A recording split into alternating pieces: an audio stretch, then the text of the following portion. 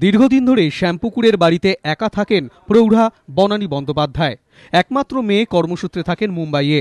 বনানী বন্দ্যোপাধ্যায়ের দাবি 2005-06 সালে তাদের পারিবারিক ব্যবসায় কিছু মন্দা চলছিল। সেই সময় সুদীপ ভট্টাচার্য নামে এক ব্যক্তির সঙ্গে তার পরিচয় হয়। ধীরে ধীরে বাড়ির লোকেদেরও আস্থাভাজন হয়ে ওঠেন তিনি।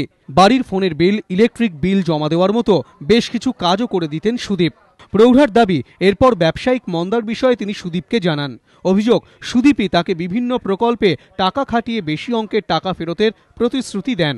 বনানী বন্দ্যোপাধ্যায়ের অভিযোগ, নিজে কোথায় টাকা রেখেছেন সেই সংক্রান্ত কিছু নথিও সুদীপ দেখান। এরপর সুদীপের হাতে টাকা ও গয়না দিয়ে দেন তিনি। বনানী বন্দ্যোপাধ্যায়ের দাবি, সুদীপ গত কয়েক বছরে নগদ মোট 23 লক্ষ টাকা এবং 25 ভরি সোনার গয়না নিয়েছেন। কিন্তু এরপর সন্দেহ দানা বাঁধতে শুরু করে। বনানী বন্দ্যোপাধ্যায়ের অভিযোগ, সুদীপের কথা অনুযায়ী প্রকল্পের মেয়াদ ফুরিয়ে যাওয়ার পরও সেই টাকা ফিরিয়ে দেওয়ার কোনো কথাই বলতেন না তিনি। উল্টে নিয়মের মার পেঁচের কথা বলে আরও টাকা চাইতে থাকতেন। এরপর বিষয়টি নিজের মেয়েকেও জানান তিনি। কমপ্লেনটা হচ্ছে এই যে আমার মাকে ফলস গ্রাউন্ডসে চিট করে, ফ্রড করে, ফর্জ ডকুমেন্টস দিয়ে প্রতারণা করে আমার মার থেকে টাকা নেওয়া হয়েছে। মায়ের প্রায় বেশ 549 গ্রামস গোল্ড রেখেছেন, রেখে 11,83,000 উনি নিয়েছেন। তা বাদে প্রায় 10,82,000 ক্যাশে নিয়েছেন।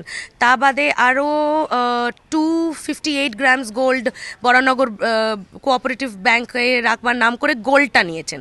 আমরা ওই বরানগর কোঅপারেটিভ ব্যাংকে গিয়ে খোঁজ নিয়েছি, ওখানে গোল্ডটা রাখেনি। 25শে জুন লেক থানায় অভিযোগ দায়ের করেন ওই প্রৌঢ়া।